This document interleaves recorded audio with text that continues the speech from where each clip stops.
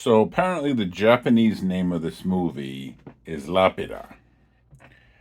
So if I accidentally say Lapida, as in Lapida Nyong'o, unfortunately she's not in this movie. I'm going to be reviewing the 1986 classic, uh, uh, True, Castle in the Sky. And you know why? 'Cause I don't know jack squat about anime. But I'm gonna learn with all of my friends. Will you be here when my quest ends? Castle in the Sky. Castle in the Sky starts out. One thing you'll notice right away about this movie is it's very. It does that World's Fair steampunk kind of thing, where look, the technology looks like it takes. Looks like the movie takes place in the early 1900s, but it's also very high tech, like there's blimps with a bunch of propellers, or kind of, remember, not that I like Wild Wild West, but remember Wild Wild West? It was very high tech looking stuff, but it was all gears and steam and all that. Kind of like that.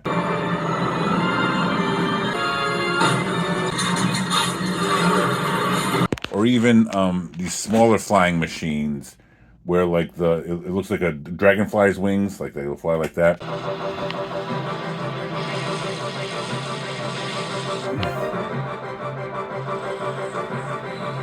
It starts out with this girl trapped on one of these big flying machines, and she's being protected or kidnapped, you don't know at first, by these government agents.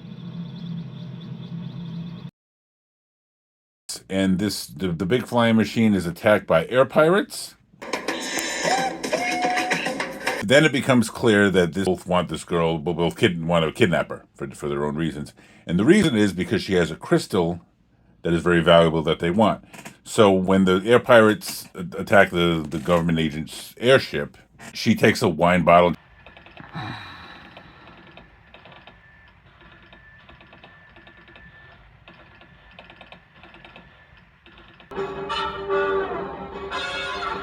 And she climbs out the window of this airship and ends up falling. But the crystal that she's wearing emits this energy that slows her fall.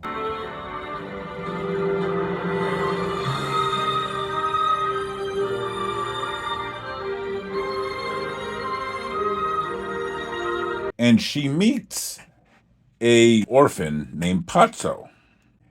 And Pazzo, and if I'm saying that wrong, I'm going to correct it. Pazzo, is it Pazzo or Pazzo? Anyway, the orphan boy, he befriends her. They're young, but there's a little puppy love thing going on, and they become friends. And he tries to protect her. Shida, who's the girl's name, Pazzo tells Shida about his father before he passed away, how he saw this island floating in the cloud. And he only got a picture of part of it because the clouds are covering most of it. The floating castle in the clouds is called Lapida. It's a legend now because very few people have seen it.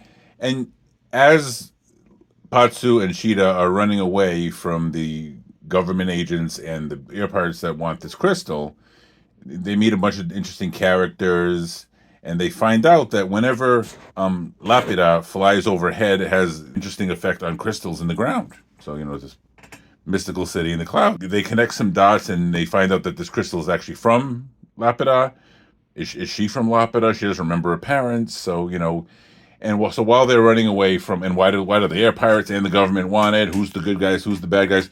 Very interesting story. One thing that I've noticed about Ghibli movies, all the movies that I've reviewed on this channel so far are from a studio called Ghibli.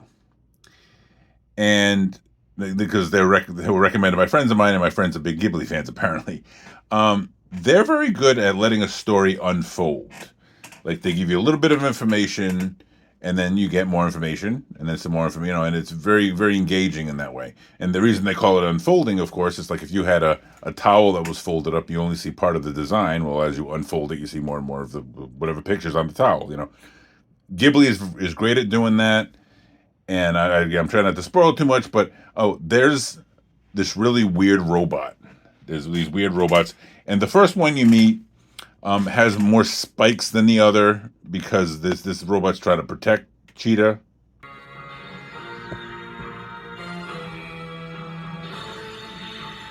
It's Cheetah, not Cheetah. I keep saying Cheetah.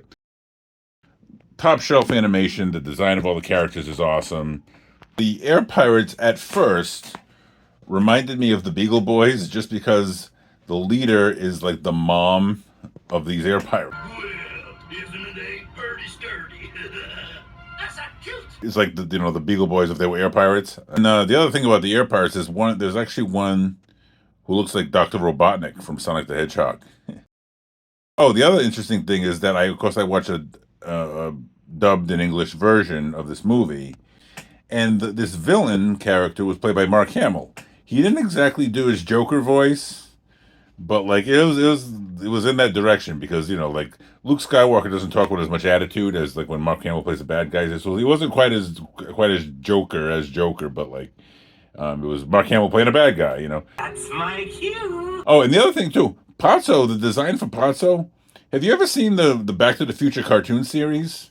Oh, well, you can't be. You look like a young Marty McFly. Overall, I love the animation was great. The story kept me engaged. There was some quirky, weird stuff that I like, and it was a mix of like I would say science fiction and fantasy.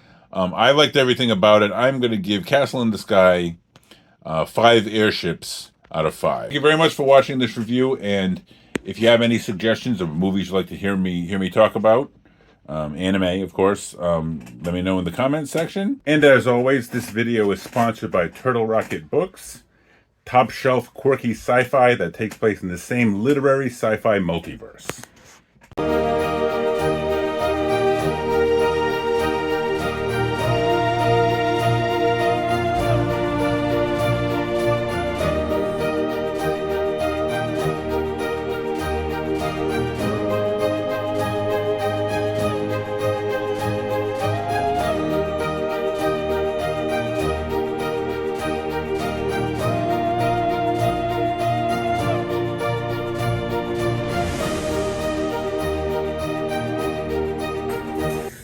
Want to see some weird stuff?